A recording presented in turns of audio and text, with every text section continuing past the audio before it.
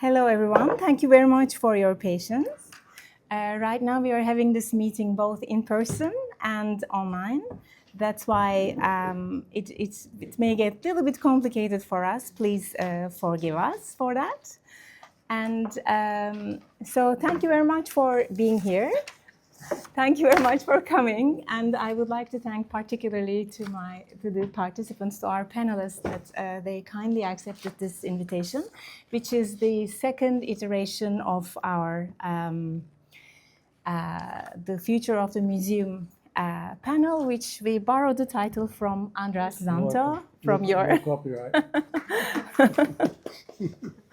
All right. So I just would like to check if the everything is working. In that case, I think it's better if you leave because we see your camera on the. Thank you. So please bear with us. Since the pandemic, we have been handling all the talks only on Zoom. So today we are really trying to do our best to be both online and in person. So we are going to be juggling with the technicality. So please bear with me. And please feel free to warn me if I'm doing anything wrong.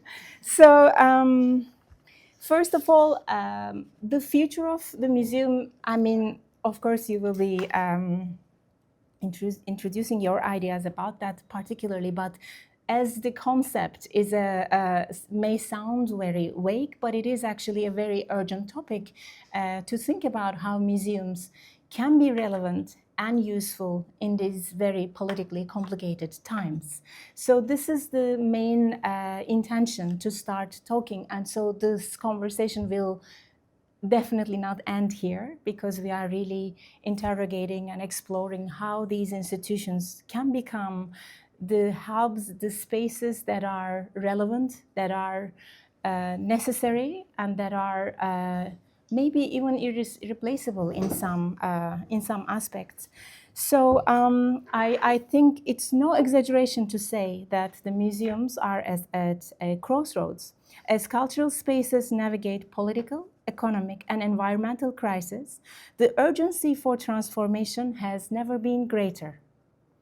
To remain relevant and useful, museums must rethink their structures and responsibilities. At the same time, as authoritarianism rises, these institutions must reimagine their potential, not only as social and cultural hubs that challenge the status quo and foster unexpected encounters, but also unexpected conversations perhaps to emerge, unexpected, unlikely communities to come together, if I may say, but also as spaces that protect artistic freedom and uphold the rights of artists. Yet many institutions remain financially entangled with the very forces that threaten these freedoms, raising urgent questions about ethical sustainability and institutional integrity. As global crises intensify, ecological collapse, political instability, economic precarity, how can museums balance their foundational missions with the need for radical reinvention? What new institutional structures and curatorial strategies can sustain their relevance in an increasingly fragmented world? Today, we are joined by three distinguished voices who are actively taking part in the shaping this future, and each bringing unique perspectives, of course, on institutional change, curatorial experimentation, and public engagement. So I'm very much excited to dive into this discussion with you, with three of you. András Szántó is a cultural strategist, author, and advisor to museums, and as I mentioned at the beginning, the author of the book, The Future of the Museum, which I found very inspiring in the preparation of this talk. And an advisor to museums, foundations, and institutions worldwide, known for his work on the future of museums and cultural leadership. Ruba Katrib is the Chief Curator and Director of Curatorial Affairs at MoMA PS1, recognized for her innovative approach to contemporary art and institutional experimentation. And Sara Reisman here is also one of our faculty, is the Chief Curator at the National Academy of Design, known for her curatorial work in public art, social justice, and institutional change. So I'm very much looking forward to this discussion. And Sara, the floor is yours. Thank you. I use this one. Mm-hmm. Yes, you can use that microphone. And let me share this with our audience. And I have 15 minutes? Is yes, that what you have 15 minutes.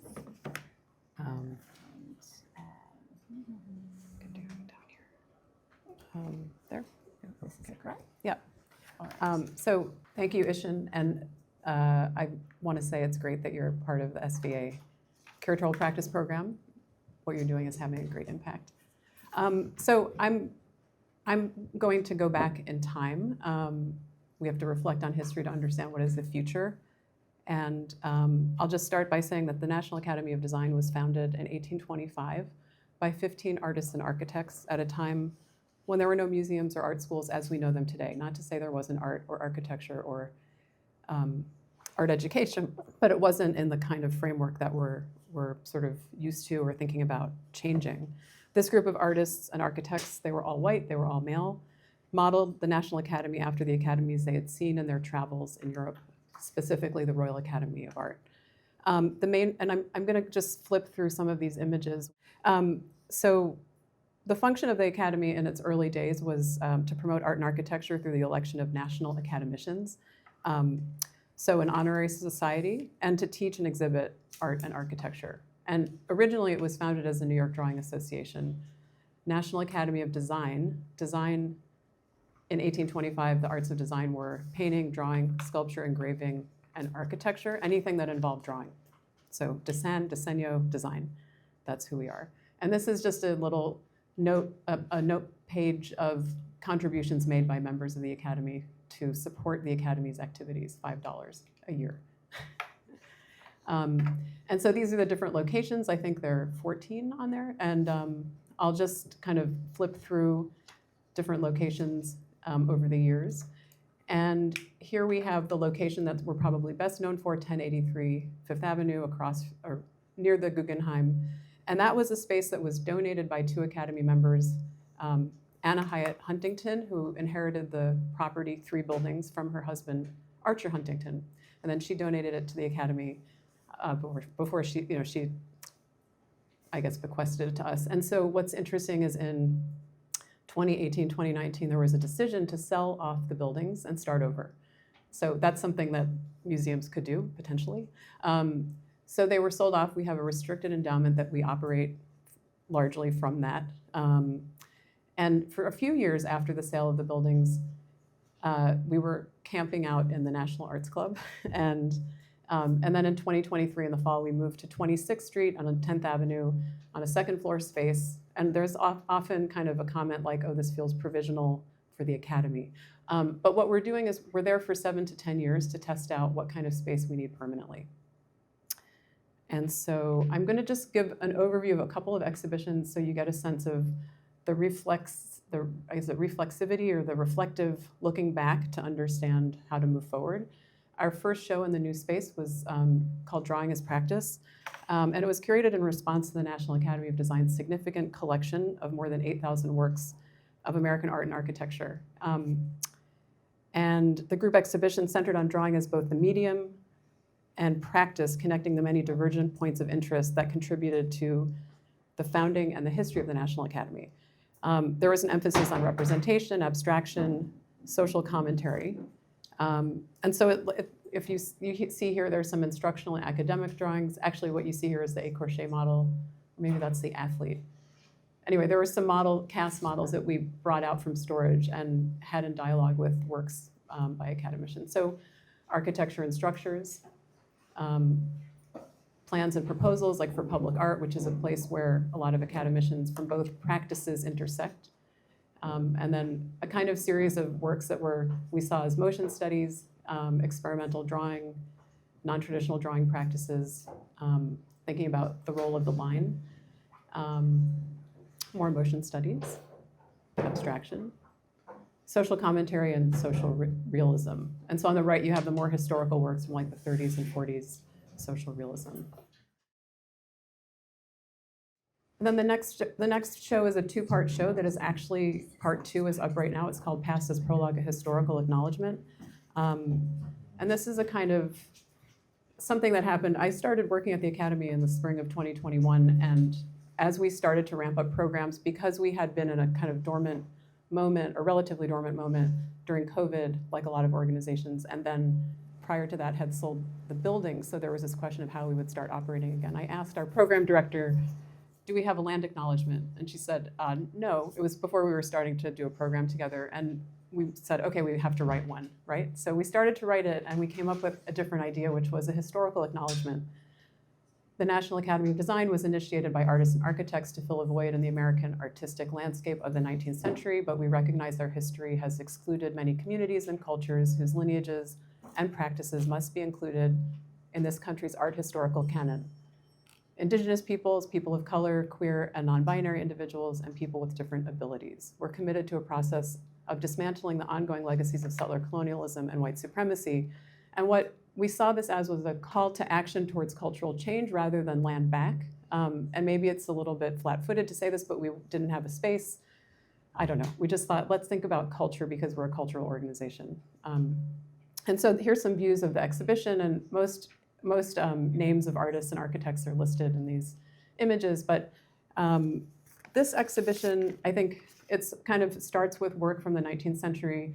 Earliest work was 1809 by Samuel Morse, the inventor of the Morse code, who also was the first president of the National Academy, and he was pro-slavery. So what we wanted to do with the show was expose the sort of values that the Academy was founded on, its contributions to nation building in the 19th century, through certain kinds of artwork, genre painting that includes portraiture, landscape, and there are 2 layers of landscape. There's, on the right, you see examples of Hudson River School paintings that were about justifying manifest destiny, and on the left are expedition paintings and an engraving. So it's the idea of documenting the expedition around the world. So an artist traveled with these expeditions, which is interesting. And this Alfred Thomas Agate is one of the key figures in that movement, at least within the Academy's framework. And so what we did is positioned some of these historical works in critical dialogue with contemporary works. So I mentioned the earliest work by Samuel Morse was 1809. The latest work, the last work completed in the show was by Louis Chemnitzer in 2024. And so this, here you see a work in the middle by Fred Wilson, and on the right, Asher Duran's Landscape from 1850, and on the left, works by Mel Chin, unauthorized collaboration. And maybe just to point out the critical dialogue here is, but you can see work by Roberto Vizzani, which is a cardboard slave kit, and it's a reproduction of a work in our collection by John Quincy Adams Ward called The Freedman. And so Roberto's been reproducing these like images of enslaved people in art history on a larger scale, and then creates these, if anyone here is interested, these slave kits are distributed to institutions where you can build the kit out together, and it becomes a kind of educational process by which you understand the infrastructures of enslavement. And that on the right is the work by Louis Chemnitzer that I mentioned, which is full of gauzes. Bloodied gauzes were stamped in a stamp collector's book. And then part 2 opened a couple of weeks ago, and the focus, rather than land and territory, is part 1. Part 2 is about identity, and thinking about a more expansive notion of identity, and how artists have helped recast kind of political identity, political change through their work. And this is a collection of works from our collection, or a selection of works from our collection that are focused on labor and thinking about labor movements as a model for subsequent movements towards other forms of social change.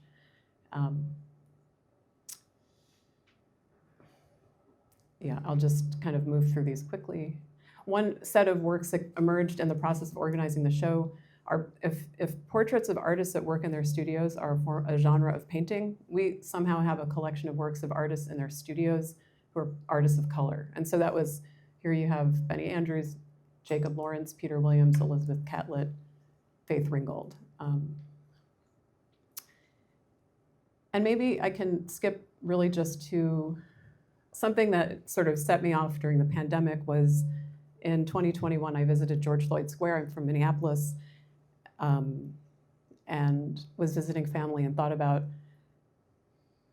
how could cultural organizations facilitate some kind of change. If you think about memorials and how long they take to happen, could an institution provide space or resources to communities where cultural expression could be valuable, but may not have the resources to do so? And obviously at 38th and Chicago Avenue in 2020 and 2021, there were resources. People were contributing and supporting this kind of movement to change, basically to impact the trial that was about to happen. And so what I wanted to point to is, I remember seeing these billboards above cup foods and obviously was very moved by them.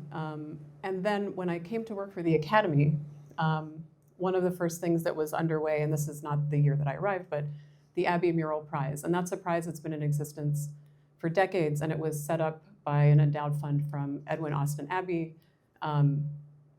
who gave money to the Academy. And weirdly, the Academy has over 100 endowed funds for different purposes that academicians' families have kind of offered to the Academy to use for different purposes, like prizes for like the annual exhibition, like best in show kind of thing.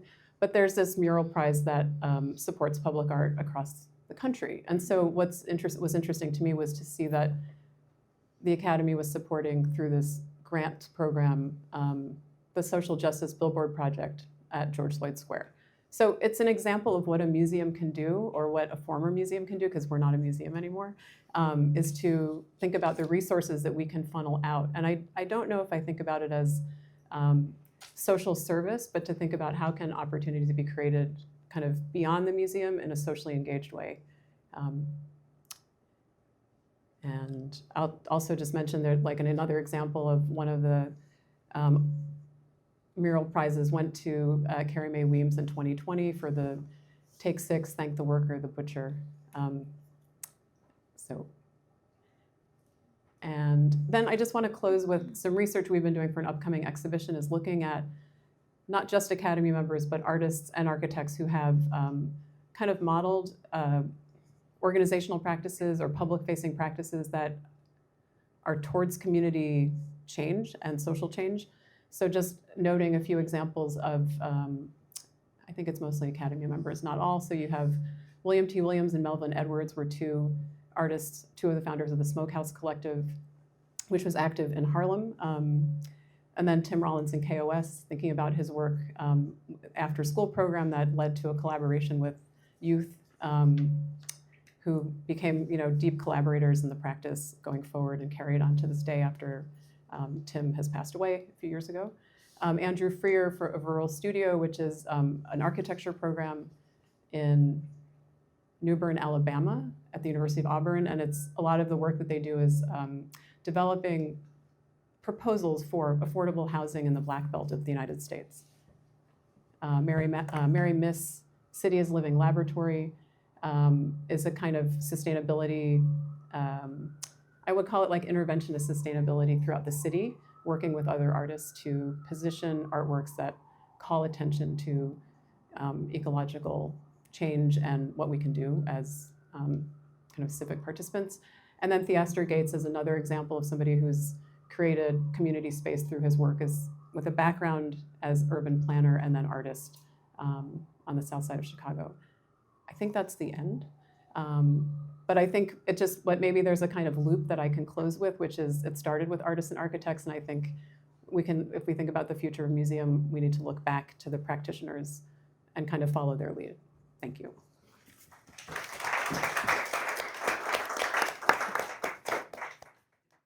Thank you, Sara. These were very important and useful comments for the discussion later.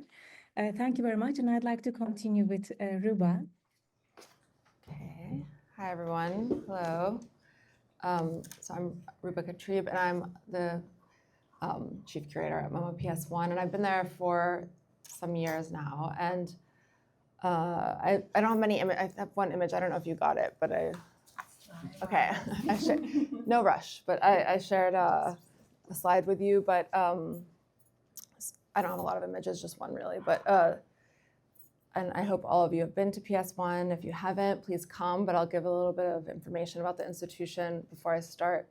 We were founded in 1976 by Alana Heiss, and it's so we're coming up on our 50th anniversary next year. And we were really founded in this moment of the alternative space movement in New York City. And so we're sort of an interesting institution in that we are part of that history, but we're also in a really big building. It's a former public school. And we are also an affiliate with MoMA, so we're operating like a museum, but we're non-collecting. So we do temporary shows, mostly with living artists, not always, contemporary art.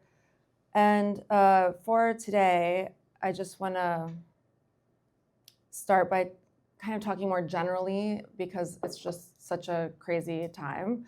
And I think we have to think about that in relation to institutions today. And I want to, for me, a sort of touchstone moment would be 2020, the pandemic. And the last 5 years, there's really been this massive cultural shift around the world, particularly in the US, or the way it's unfolded in the US is very particular. So I just want to distinguish that compared to other places and how it's impacted contemporary art and institutions. And I think there's been a lot of shifting ideas around what museums should be doing, what they shouldn't be doing, who they serve, who they don't serve. And in my experience working and living through this period, I think I see a lot of failure in our institutions, not just art institutions, but more broadly. And just today we're just gutting every institution, it seems. So they're quite fragile. I think that's something we should remember. They're not perfect for sure, but they're also quite fragile. They take a lot to run, particularly nonprofit institutions. There's a lot of labor that goes into making these places run. There's not a lot of money involved. I think it's really, these are mission-driven organizations. So there's really like a passion behind them, a vision behind them.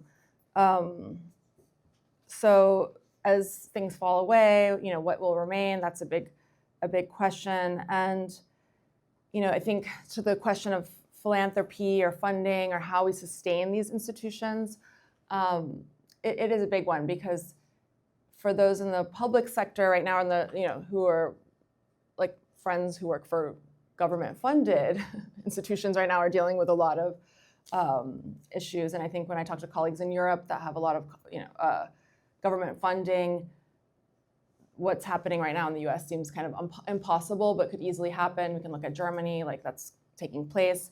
And then the other side is the private sector, like having private individuals funding these organizations. So I think most museums, nonprofits in the US have a mixture of both, foundations, private individuals, and government funding, which is really, really a small percentage, honestly, but a percentage nonetheless. And, I think another shifting part of this climate in the philanthropy landscape is, I don't know if everyone remembers this book, Winners Take All from 2018. It's like from a different era, but it really does ring true, I think, today, and maybe presaged a lot of issues we're dealing with now. And there's a part of that book that I found kind of interesting, which was talking about the globalization of wealth of, let's say the donor class, and somehow a removal from a kind of civic locality. So, folks are moving around the world, invested in many places, not really thinking about the local parks and libraries and these institutions, which, let's say the Carnegies or Rockefellers, also problematic, but we're kind of investing in a local community, a society, right? So there's been a little bit of a shift there that we're dealing with, and that book deals with it. There's also this book, Elite Capture, How the Powerful Took Over Identity Politics and Everything Else by Olufemi Taiwo, that I think is also interesting, talking about how and a lot of the kind of resistance that comes through institutions also is usurped, and I think kind of helpful to understand right now, like the conversation around the DEI landscape and all the many critiques around that from the right and the left, and just also to note, Catherine Liu has written about this a bit in relation to the changing philanthropic landscape, and we'll have a talk at PS1. I'm sorry, I'm just plugging. March 6th with Catherine Liu. So if you're interested, please come. She's a really interesting figure. And for the possibility for this conversation here, I wanted to focus on a case study because at PS1 we are, as I mentioned, kind of unique in that we're like a giant alternative space that's been around since the 70s. We are located in Queens, which is the most diverse place in really the country. More languages spoken in Queens than anywhere. A rapidly changing landscape also in Long Island City, where the museum's based. And so we also have this really interesting history.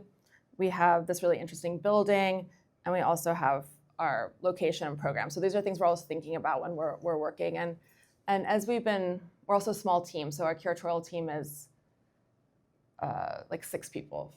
So that's everybody. That's like the admin person. So and we do, anywhere from around like a dozen shows a year, big and small. We do performances. We have a summer concert series. We do talks. So it's really like a robust program.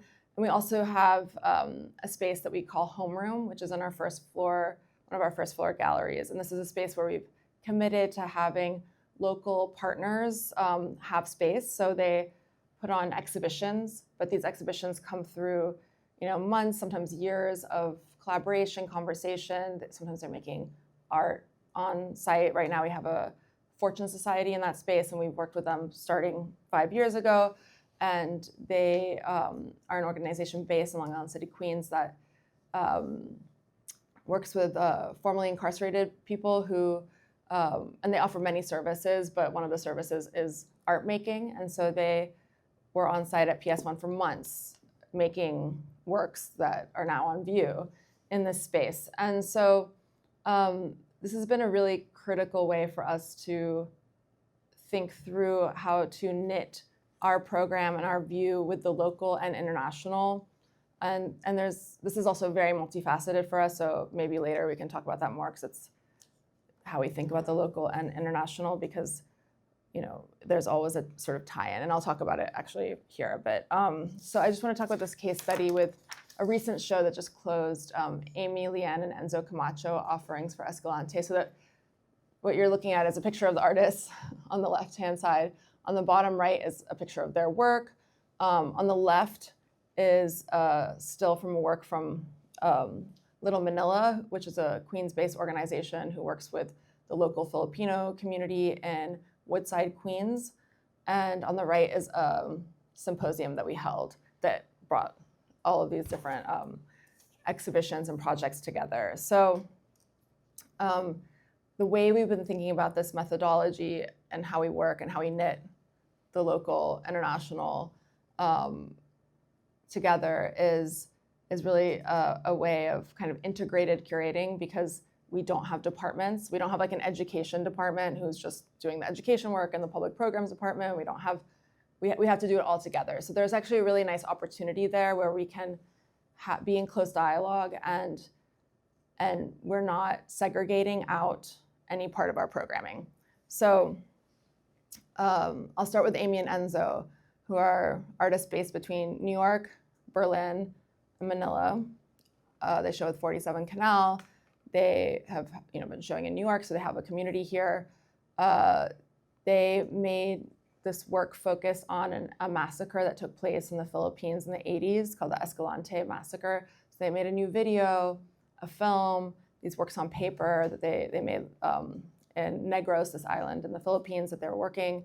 And this was a massacre against workers, laborers, farm workers primarily, because this is an island that was a lush ecosystem that became a plantation, deforested and became a plantation island. So most of the people that live there are working on the plantations. And the products of the plantations are then exported out of the Philippines. So, so they were doing this project there.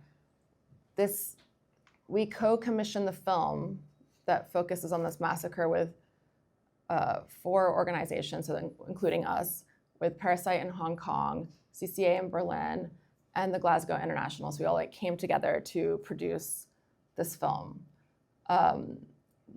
In advance of the show being mounted, I was able to get the film into MoMA's collection. So just kind of giving a multi-pronged example here of how a show is not just a thing that's in a space or a presentation of art in a space. So the exhibition happened, and Amy and Enzo made a space outside of the exhibition that was made in collaboration with labor organizations that are working within the Philippines to present material for further reading, archival material, relevant new material from video, pamphlets, et cetera. And that was a sort of resource area. But they also wanted to connect locally.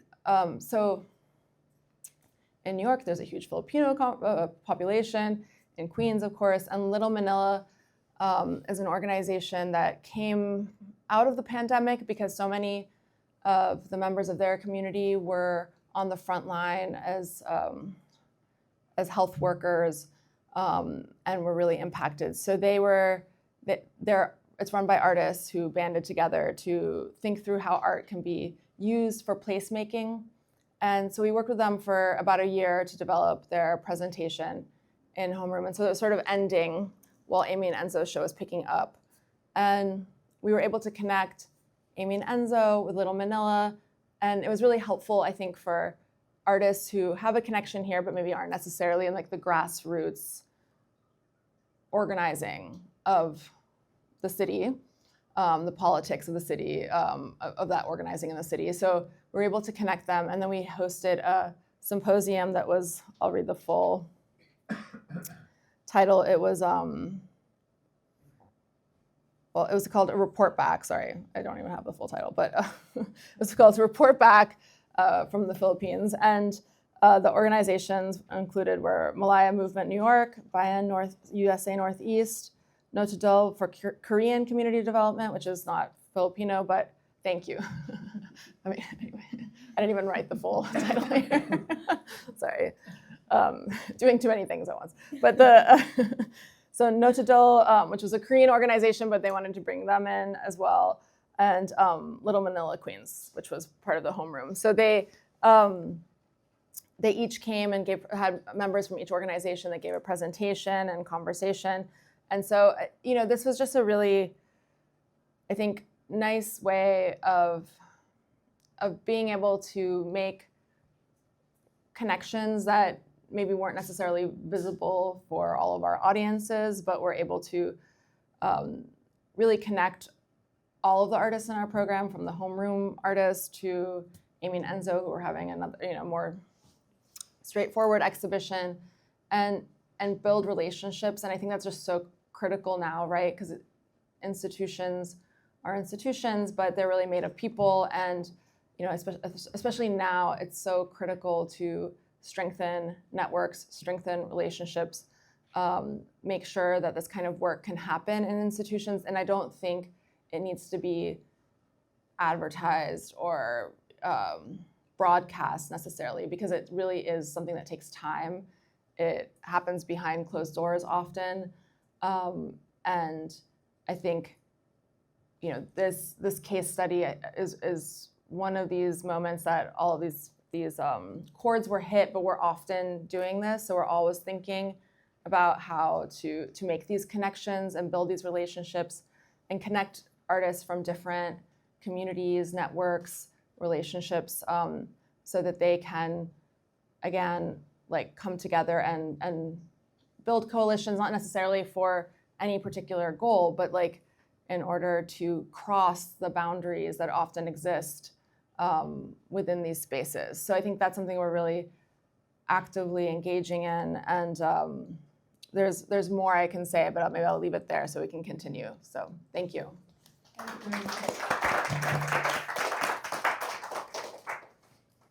Thank you, Ruba, for this insight. And I will also turn this camera to András right now, if I can. Let's close this. Here is our screen. Online people. Hoppala. No, online people can't see you. I think you won't be sharing any images, so I think that can be. No, we are in a state of decline, so we went from lots of images. So just one image to. Yeah, but we won't be showing any images, so we can forget about it. Yeah, this is the perfect. Blue is the favorite color.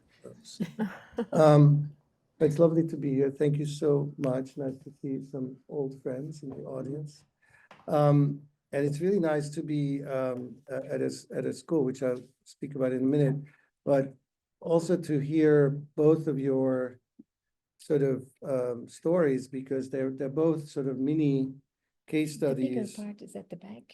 So, What? yeah, just like Here, that. like Yeah. this? Uh-huh. Okay, whatever this is. Thank you. That's the Um, recording window.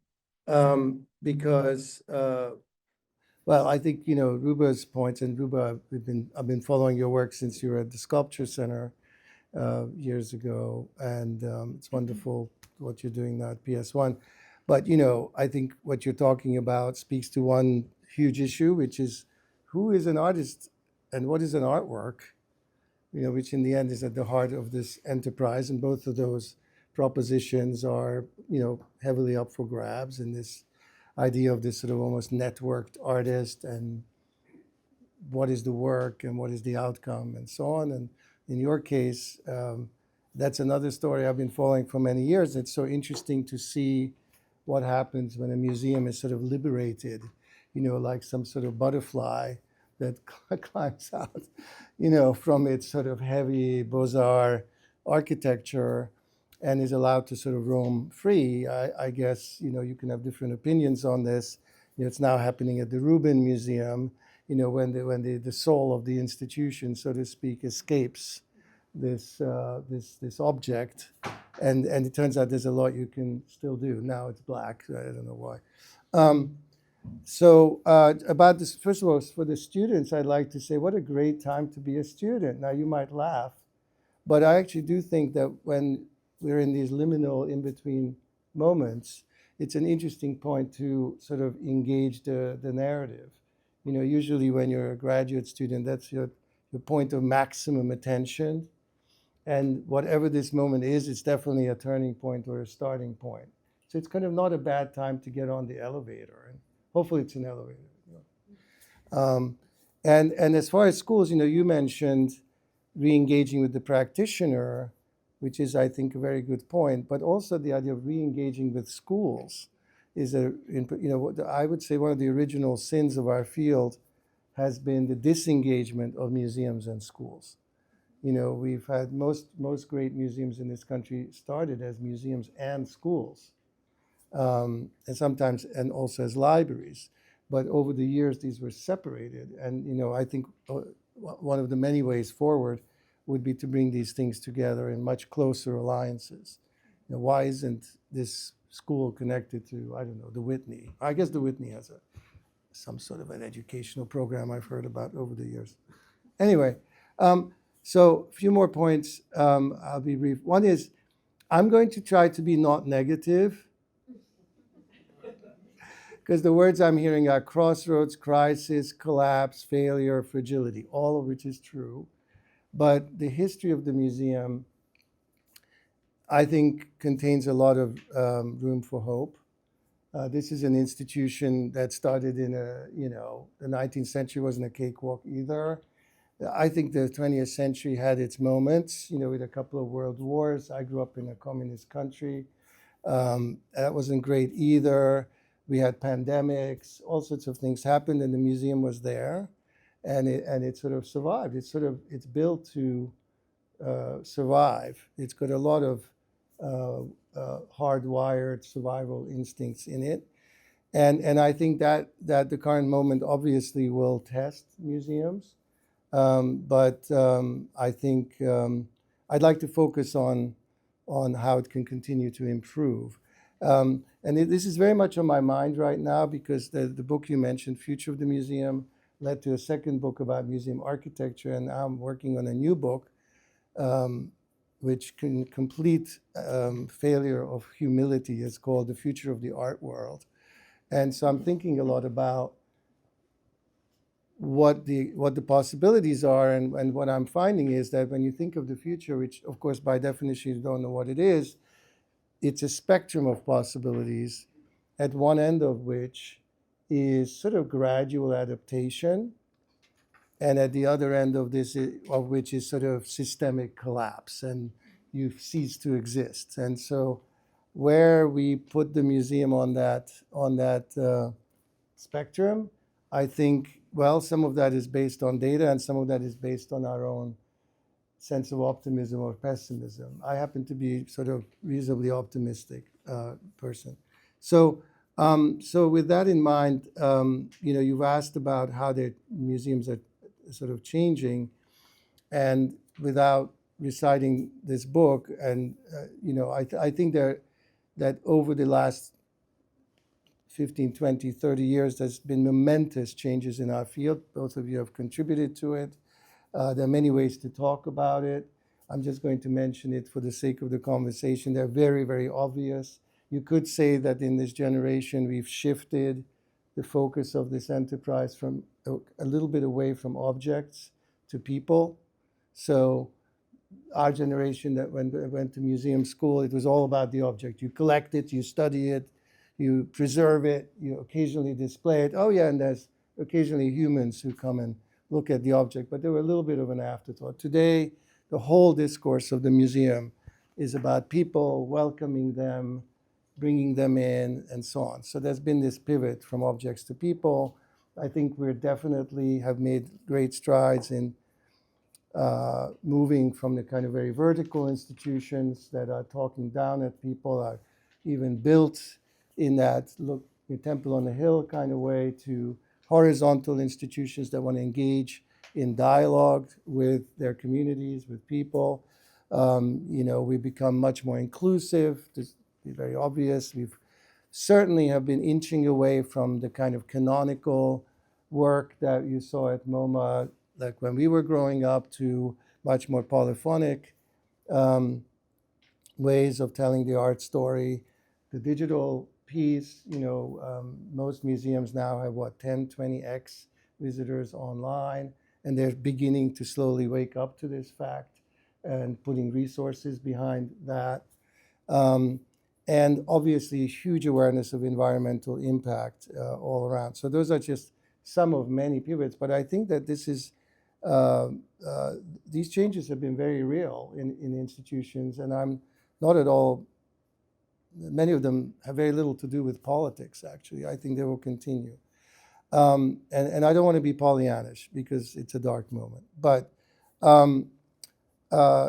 what is clear is that we haven't gone fully through these changes. So the pivots have started. I think if we went completely down the line of even some of these things I've mentioned, we would end up with a very different institution, both in terms of its mission and its programming, but also we may arrive at something that really doesn't look like a museum. It may be something that's like, here's Mario Spirito from the amazing Proto-Cinema Initiative. You could be a kind of nomadic institution. You could be an online institution. There's an enormous amount of liberation that's now available when you answer the question, what is an institution? Particularly for Kunsthalle type institutions that are not just looking after a collection. So I like to think that something similar is happening to institutions today to what happened to art 50 years ago, when there was this great opening up of possibilities of what art can be. I think today what an institution can be, there's a tremendous range of answers to that question. So finally, one specific thing I wanted to bring here, which is, at the end of the day, I think a question that I hope we can ask you, which I think the moment forces us to ask of ourselves, is, are we really for everybody? Our rhetoric says that we're for everybody. I think we have made enormous strides in being for everybody. But are we really, and what does that even mean? And can we live up to that promise? And I'll tell you one thing, you know, even after I finished this book, in fact, when I was doing a book tour for the first book, I met someone who I think didn't come tonight, but I did invite her, who is a philanthropist who got me involved in a discussion about the most salient demographic fact of museums, which is that their audience is getting older. So, you know, in 3-4 years, we'll be at a point in the United States, there'll be more old people than young people. The fastest growing segment of the museum audience are older people. And they're not all the way people used to be old because, you know, they're fundamentally healthy, many of them, curious. They're the most highly educated, healthiest, indeed wealthiest class of old people that's ever walked on this planet. And they've got 20, 30 years ahead of them. And many of them show up in museums, but it's not because we really try. You know, I spend a lot of time in museum board meetings. Very rarely is somebody piping up and saying, how are we going to get the old people in here? They're obsessed with getting the young people in there. So there's actually a very interesting movement going on in museums today around what it means to cater to older audiences from an audience engagement standpoint, from a programming standpoint, and speaking of design, from a facilities and interior design standpoint. So, which is also to say that even in these dark moments, there are great opportunities ahead to sort of refine and improve institutions. So I'll stop there for now. Thank you very much.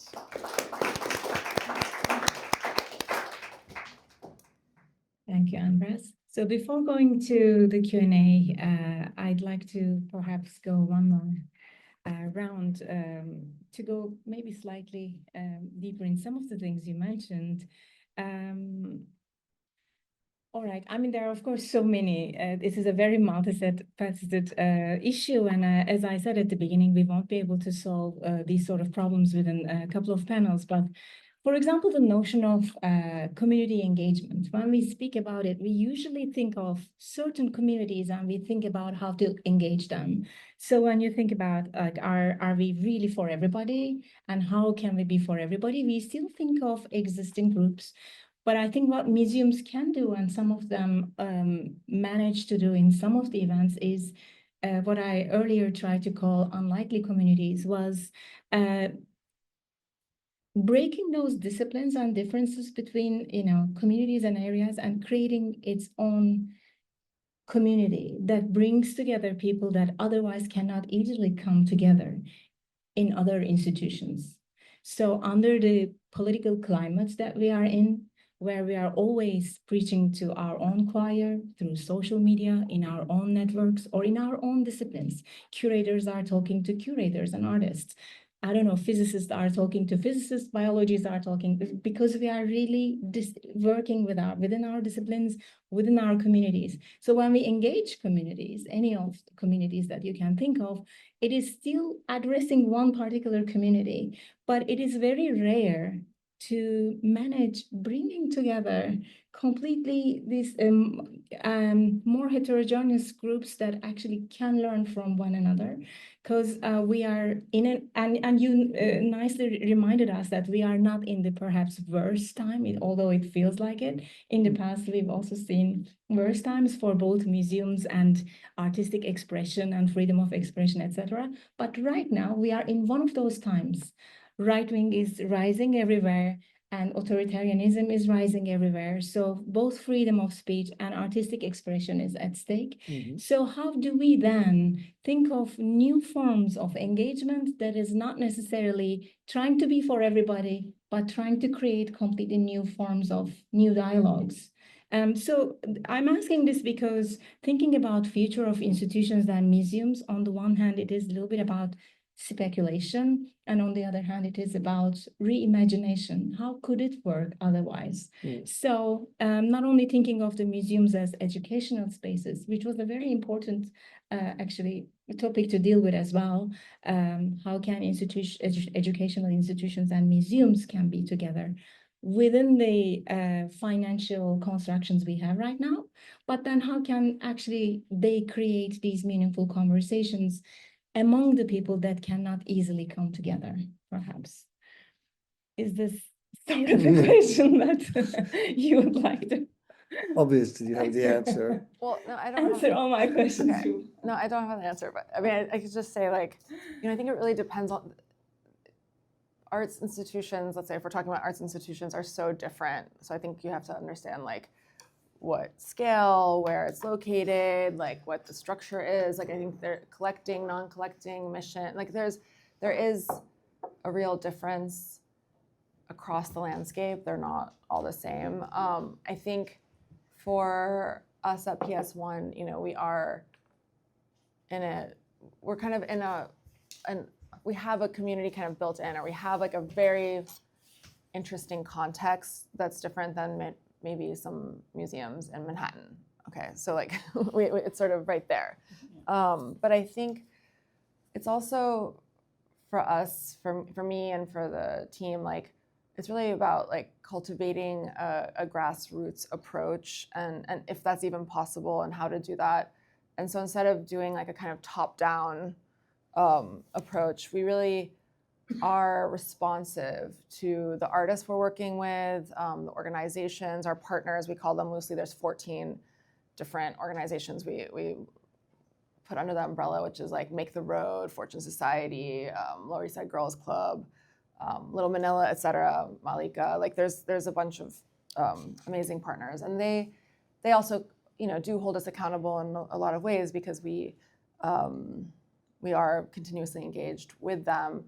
But we are responding to what artists want. And I think, we're not, like from my perspective, we are a contemporary art museum and our main function and purpose is to present contemporary art. And for me, it's like, the presentations need to be on the top level. The writing needs to be at the top level. We need to be producing at the top level. So, it's not about changing what we're doing, like to accommodate some idea of community. Like it's actually about finding ways to connect in, and I think that's possible at for a visual arts, like contemporary art institution, to do that for those who are interested, right? And a lot of the organizations I'm mentioning that we're partners with, they do include art in their programs, their mandates. It's not like we're putting that on them. There's already an interest. There's already an inclination. So I think that that's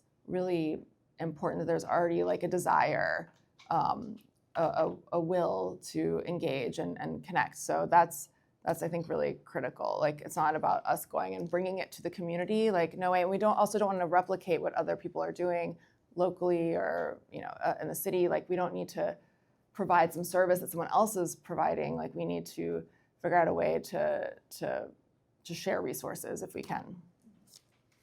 Can I just chime in? So two things. One is, I think one way, the short answer to your question is a sense of place, because I think regardless of how you think and how educated you are and what your politics are, everybody needs a place to anchor their lives. And so creating these spaces can happen, but the most successful examples that I've seen tend to be not just monofunctional spaces. So I'm sure some of you have heard of this wonderful space in Sao Paulo called Sesc Pompeia, with Lina Bobardi's renovation of this factory, which is a kind of community center where you go in. First of all, it's a very early, wonderful example of adaptive reuse. But you go in and you could spend your whole life there. It's in a very popular, everyday neighborhood. And in the morning you go and you see senior citizens reading the newspapers, having a cup of coffee. There's a food hall. There's a bookshop. There's an incredibly good there's a good restaurant, in fact. There's a theater. There is a very, very well regarded exhibition space. And there's a gym. And everybody's using the gym. And there's a photo lab. There's a pool. There's a maker space.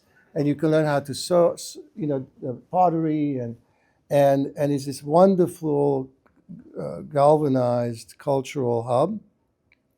Similar thing in Paris called Centre Quatre, which is, in the afternoon you go there and you see kids dancing hip hop, but there's a theater in the evening, and there's exhibition space. So I think studio space, creative hub, blah blah blah. So creating these multifunctional hubs, I think modernity gave us these like hyper specialized institutions, which then, not surprisingly, end up becoming a hall of mirrors. Like they look inward because they already have been broken off as these little entities. So I think maybe my short answer is goes back to networks and alliances. Let's all team up. Let's bring our functions together, our funding together, our communities together, and sort of say to people, look, whatever your interests, we've got something, and just come.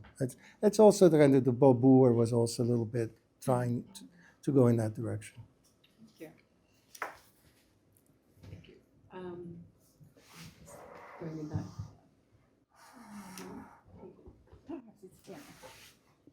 I think for the National Academy, the question is a little bit different because I would say our primary constituency are the academicians themselves, and there are 450, at any given time there can be up to 450 members, living members. And so there's a kind of historical perception, which is real, that it has been an insular institution, self-serving, right? An honorary society, exhibitions, classes. Maybe it was a bit clubby, But I think what we're in the midst of figuring out long-term is how without a school, the school closed in 2015 because it was financially unsustainable. We sold buildings because operating a museum out of the building that it was in was financially unsustainable. The collection couldn't be maintained in a Beaux-Arts building on Fifth Avenue properly. And if you think about it, it had kind of evolved into a museum, right? Museum practices weren't in place in the way, I think we were technically recognized as a museum between 1980 and 2008, something like that. In any case, we serve these members, and then there's this idea of how do we expand outward. We're also national, so that's a kind of challenge because we are New York centric, and that's often a kind of argument internally amongst that more active members. But the mentorship piece, like how do we bring that back in a way that's meaningful? And so we're starting to pave the way for some partnerships with low residency MFAs, and I guess because those are institutions that I have a lot of contacts with, artist friends running some of them, and to see how they can partner with us. They can have access to academicians that they would like to have kind of do a master class or a workshop. Thinking about those sorts of partnerships to expand the educational part, to bring it back out again. I mean, everything we do is educational to a certain extent, but it's who's the audience. And I don't think anybody who works at the Academy, or I don't think many of the academicians think this is for everyone. There's a kind of honesty there because you're dealing with, 450 artists and architects. Yeah. And yeah. Thank you. I mean, we are almost out of time, so I'd like to go for the audience questions. I do have a couple of more questions though, but I will stop. So maybe we can start with our audience here, and meanwhile our online audience can have their time to write their questions in the Q&A section, and I can read them loud. So Kyle, you have the microphone. Should I turn that on, or all right? So mic is working now. So who would like to comment or ask a question? A question to Sara.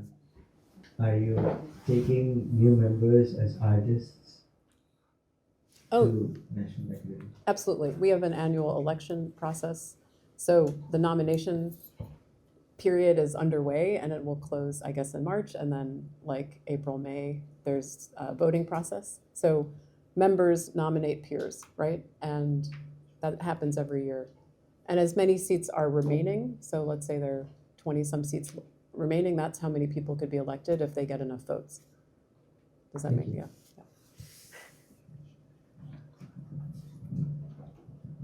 Hi, I have a question.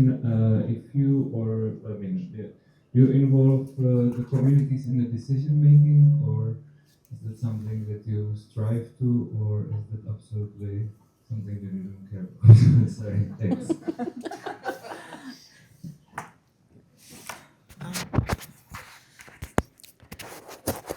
I mean, I guess it depends on what kind of decision making you're referring to, because there's lots of decisions being made. But I think in terms of like the homeroom presentations, at least, like the partners are very obviously involved in every step, and it's also like a way of figuring out how to make a physical presentation of art in a space and like an institution. So there's a lot of material there. I think, yeah, like there's stages of decision making where we get like some community feedback, but I'm curious to maybe know what you mean by that, like in deciding like the program, or? Yeah, I meant in programming. Sorry, I was not clear yet. So I meant in like kind of like deciding what program is on. I understand like public programming would be much easier, but in terms of like exhibitions and stuff, if you do involve communities, or is that really in-house? Because we can talk about verticality of the museum, but it somehow then ends at the wall, of the museum. Mm-hmm. So that's what I'm interested in. Okay. Yeah, I think that's not really, because there is a sort of visioning that happens, and I think there's so many stakeholders, so it's not just community that we want to think about, so, or like whatever community we're talking about, because I think that's also a very amorphous term and not super clear. So it's like, but I think there's many stakeholders that we want to consider. There's many factors that we consider. So like putting together a season or a year, like this is something that we're thinking about through like what came before, what might come next, what have we done, what haven't we done, are we addressing, this or that, also we're a multidisciplinary institution, so we want to make sure we're also including different practices, time-based practices, different media like approaches. So there's so many factors that we're considering, budget,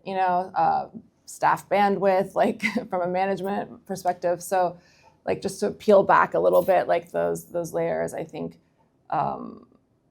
there's so many factors that go into the decision making. In the end, there is also a big responsibility in making those decisions. So like, I don't take that lightly. The director of the museum doesn't take that lightly. That's something that when we do make a decision, we have to stand behind it. We have to stand behind the artist. We have to stand behind, what's going to happen. We are ultimately responsible. So I think that's something that we don't want to deflect or distribute or, not take seriously. So.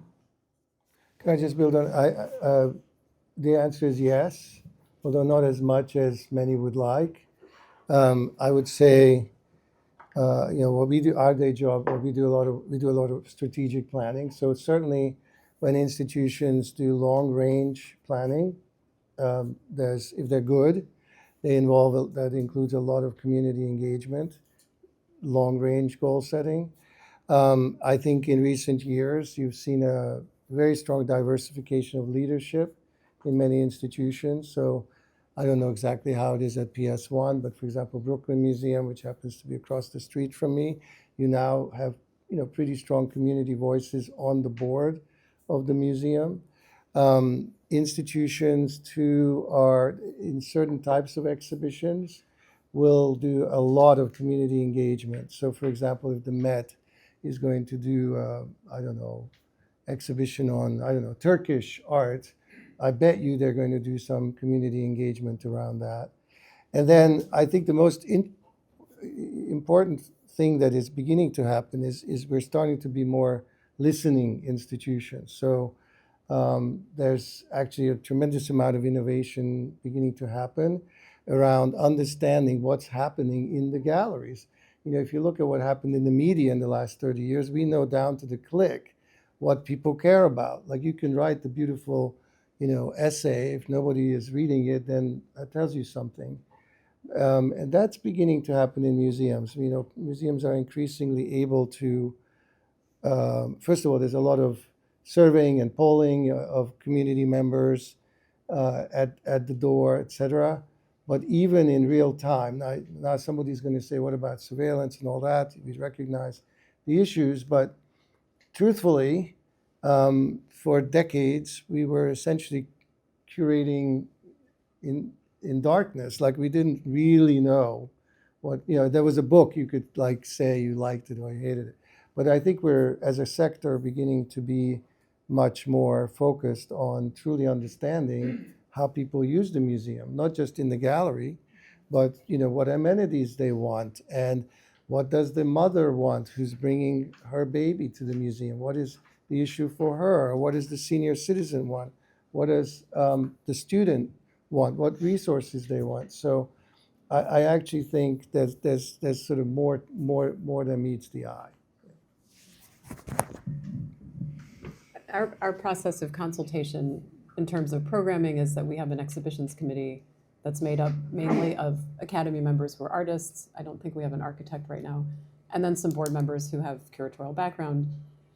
And they're not, we're not in a position yet to engage the community with these questions, because I think also the move to Chelsea is a move I questioned. It wasn't my decision, but there was a real desire to make a contemporary statement about being in the Chelsea Arts District, right?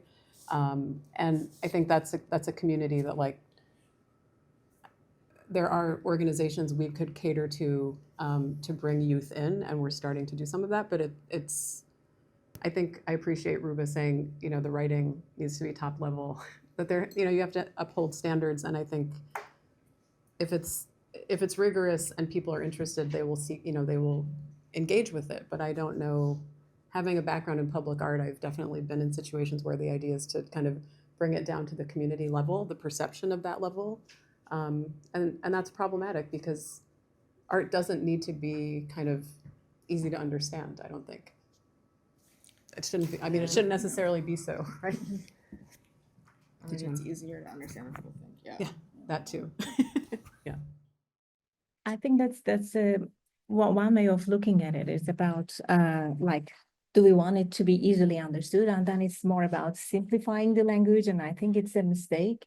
But the way, as you said, redefining your position instead of I am deciding what is good for you, to trying to understand what is needed and how to then and deciding together again, like inviting people in the decision-making positions, just like inviting the community in Brooklyn to the board.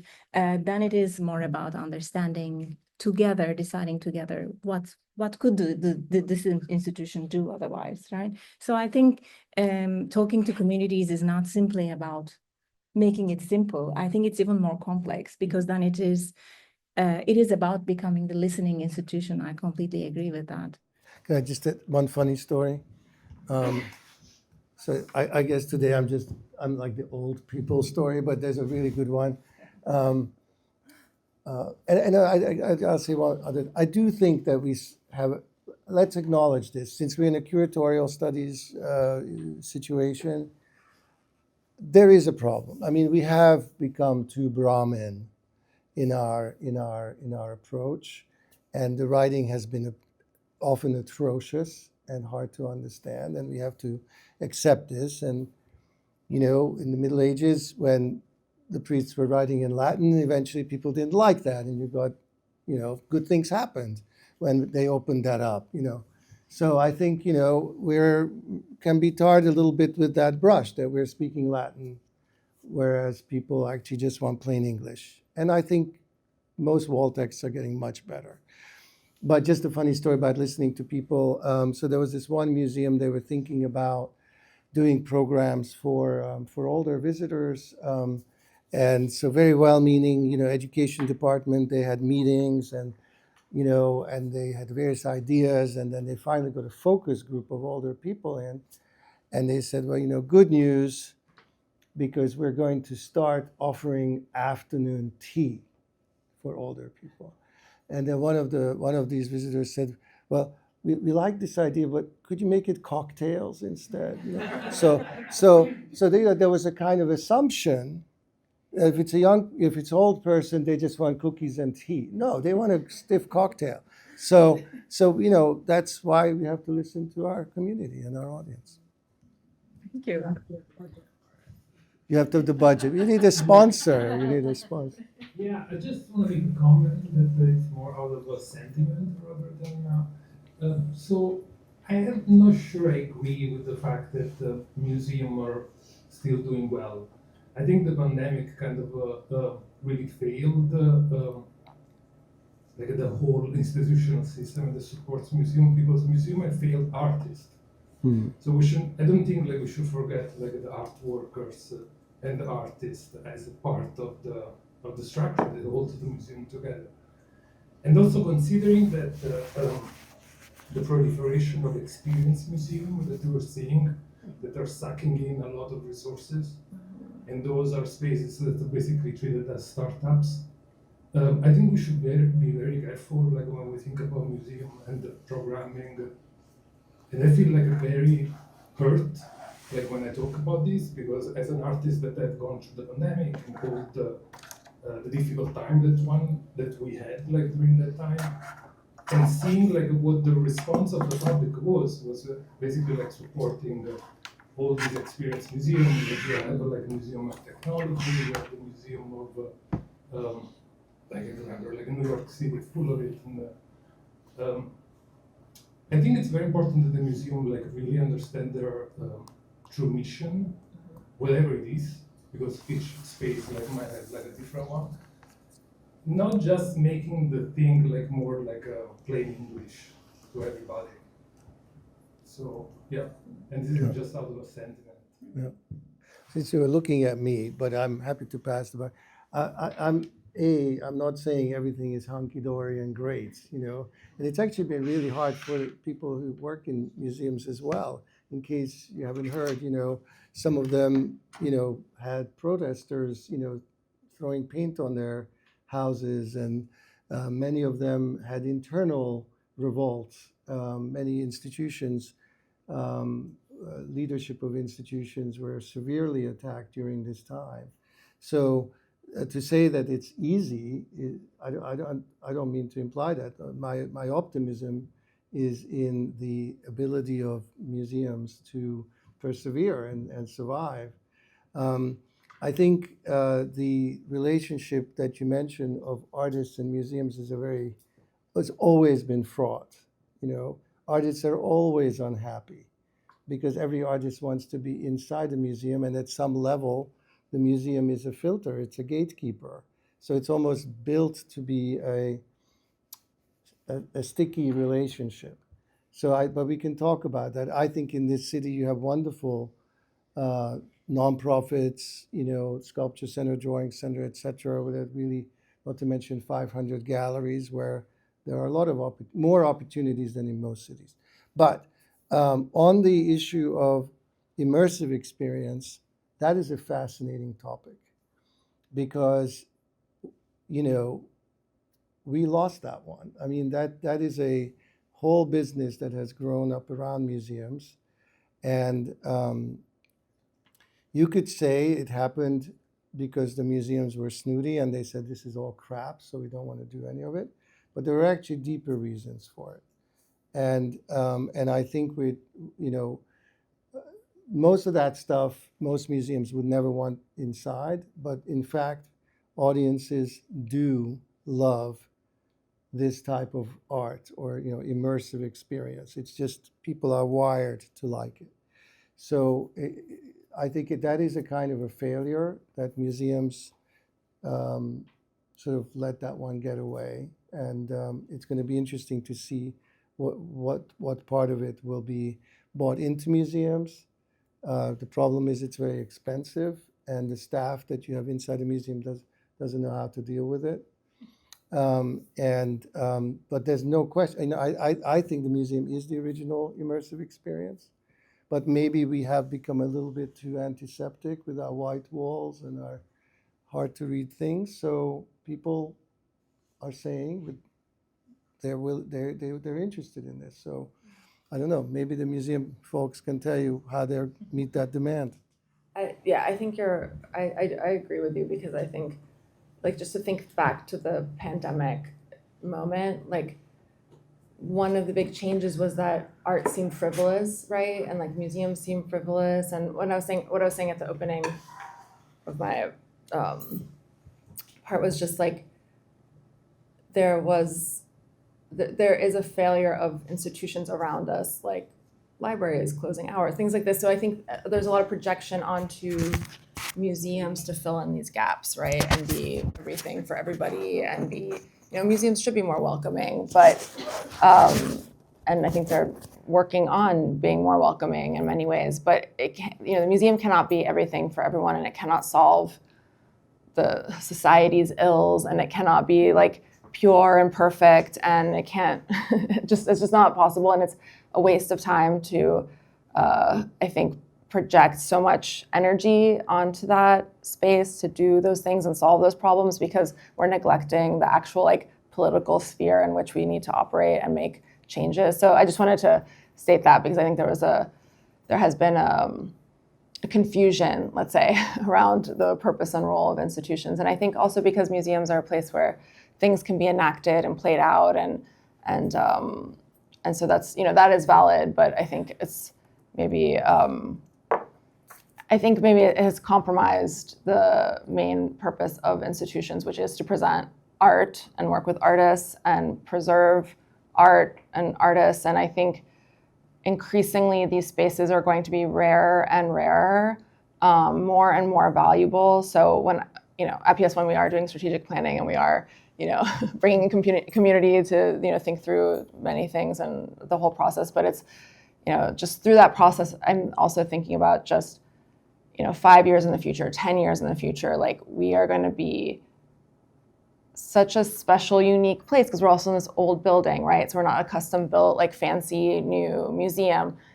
Young people come to the museum to do like TikToks and selfies or whatever in the space, because it's so unique. It's like going into a historic home, like this, like making little graffiti drawings in the stairwells and stuff. It's like, I think, an important experience just to be in the space. And I think for artists, that space is also really inspiring. You're not just walking into this purpose-built institution that's very cookie cutter. You can actually like respond to mess with the space. And there are a few institutions in New York City that are like that. But I think we do have to work on preserving that mission and purpose, and making sure that these are spaces for art and artists, and don't turn into like, I don't know, like immersive entertainment centers. It doesn't have to be entertainment, right? And it doesn't have to be like social work, and it doesn't have to be like health and education. That's not what the museum's about. So I think we have to get clear on it for sure. Yeah, I'm good. All right. Yeah. There is one more question there. I think it's good. I think on that note, and on your note as well, I can't. I find myself continuously going back to this idea of the relationship of the school and the museum. And as someone who is an artist who has been tasked with thinking about educational institution, the shift from object to people, which in some way we can extend to all of our experiences also in the school. I think about the ways in which, at its best, not the norm, but at its best, the work that we've been doing in schools, being more inclusive, being more nurturing, kinder, in a more meaningful way. All of this has been actually to be able to be more demanding, more challenging. We say to the student now, we're not just saying draw this. We're saying, okay, read, think, feel, be critical, but believe enough to go into it. And I think the question, and in some way I'm just reiterating perhaps what we have just kind of said, but the question is, how can the museum instead of having this idea of catering, Mm-hmm. you know, which we have had to really struggle with in academia, especially as the price is increasing, and so are the museum prices. Mm-hmm. But instead of catering, how can we actually be more challenging, more demanding of the viewer? The museum cannot be for everybody, it's not, but it can be for anybody that wants to learn, think, read, feel, be critical, and also believe enough. And I think this is a question that does also go back to the role and to responsibility of the museum, to the artist as well. We don't all want to be in the museum. This is not correct, but we all want to be nurtured by it. We all want to be imbued with something as we enter it. And this is not in a service economy. It cannot happen. I do not have that experience when I enter a wonderful restaurant. This is something else. And so I love this idea of, okay, constantly kind of going back and forth between, yes, maybe comfort, maybe some level of welcome, but also that mission of actually challenging. I just want to say one super quick thing about that, because I think it's so key, because if you are a museum, art museum, and artists don't want to come to your museum, like, what are you doing? You know, like, it's just like, you're not relevant. Like, you are not, like, you should shut down, honestly. Like, I just, it's like you've lost the plot. So I just think that's like, for I think every museum that is focused on art, like, that should be the primary consideration, is like, yes, many, many stakeholders, but if artists don't want to come, if they're not interested, if they don't feel engaged, like, why are you even in operation? So, all these wonderful points, very well taken. And I would only add that I think another area where museums can't compromise are all the parts of the museums nobody ever sees. So I think, you know, we're talking kind of somewhat narrowly about what's happening in the galleries, kind of with a contemporary art frame. But, you know, the museum is like an iceberg. You know, you see like a little bit on top, but, you know, you're not talking about the expertise, you know, the availability of curators who know the subject matter, you know, the conservators, you know, the educators, like all this crazy amount of infrastructure that happens behind the scenes, which can also sort of atrophy, and it's a little bit out of the public eye. So I completely agree with your point, and I hope I wasn't making myself misunderstood. I don't think, you know, I think the challenge, the leadership challenge for this generation of people who are in leadership positions is exactly that balancing act. So, you know, how do you open up the institution, which you know, moving away from a bit of a temple on the hill, ivory tower model, how do you open it up, but without relaxing your standards?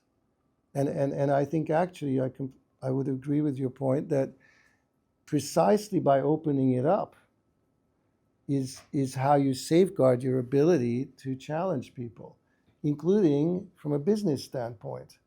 Because if you can deliver 1 million people in there and take ticket prices and have them have a hamburger and, you know, buy a book and, you know, stay for drinks, which is very lucrative, then maybe you'll be able to be of service to the artists.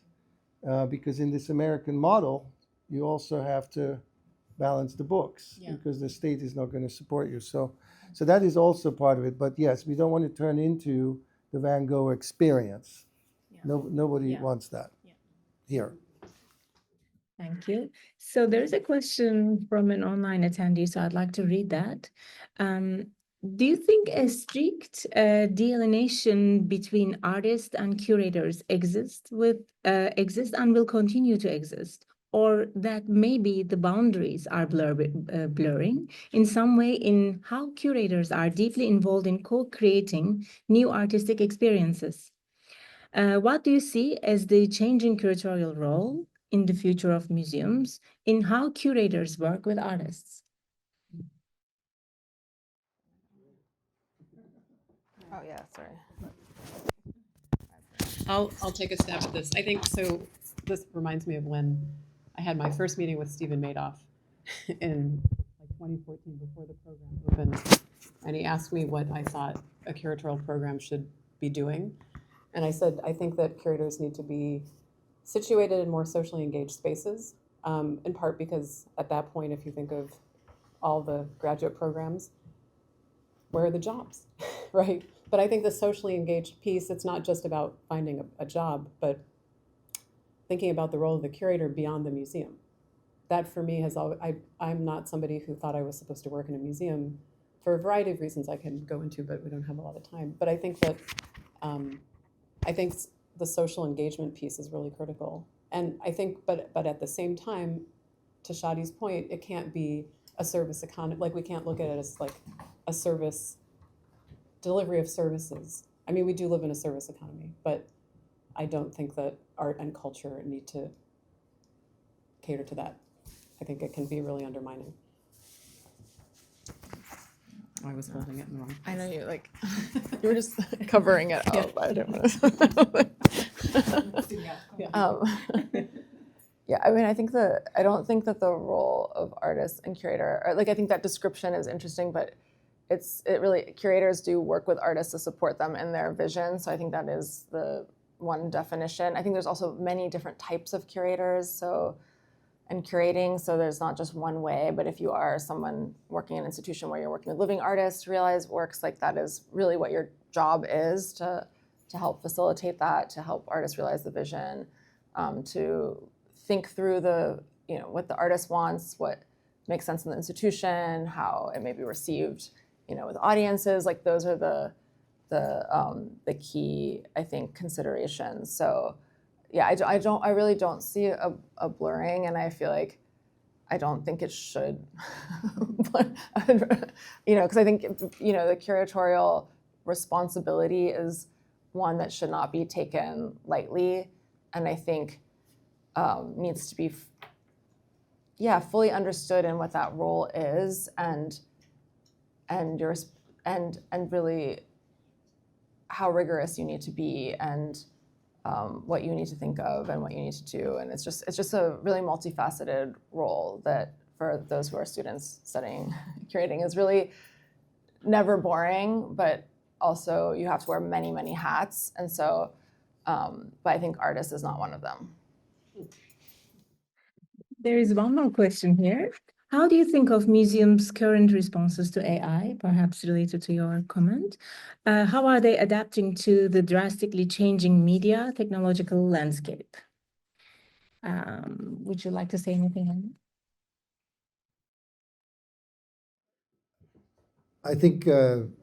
I think we're involved in a number of AI-related projects, including, I might get in trouble here, but we're working with Refik Anadol on his museum in LA. So I would break it down into two parts. One is that AI is part of culture, and museums have an obligation to keep up with AI, just as they had an obligation to keep up with, video and film, and there's going to be a lot of creativity which somehow engages AI, and I think there's fascinating artistic work bubbling up. The other side of it is the infrastructural side, that as for everybody else, it's a tool. I think it's being absorbed on an everyday level. I think we're starting to see some very interesting AI-driven tools that are starting to emerge, including educational tools and fantastic. We're working with one that you could sort of have your own little curator accompanying you on a journey through the museum, and it could really democratize access and do some great things. I think and I see a lot of opportunity in both of those things. I think there's a third part, though, which is museums are also one of the roles of museums, I think, is to participate in a kind of moral discussion or ethical discussion in society. And I think museums are particularly well suited to engage in conversations around this new technology, which we don't understand very much, the implications of which are deeply disruptive, potentially unjust, unfair, bad on the environment, what have you. So I think that when we talk about the museum as this sort of public square, and I think we can be one of the places where people come to terms with this stuff. The one thing we don't need to do is to lead this innovation. That's not for us. That's out of our hands. Like we just can't touch it. It's moving very fast. Thank you, András. Any remarks on this? I think. No. I mean, yeah. So in that case, I think it's now past 8 p.m. So I will stop here, but we can continue our conversations a little bit here. We can, if you have further questions, maybe in person, we can continue. I'd like to also thank everyone who joined us online tonight. So thank you very much again for being with us, and thank you so much for the incredible insight. Thank you.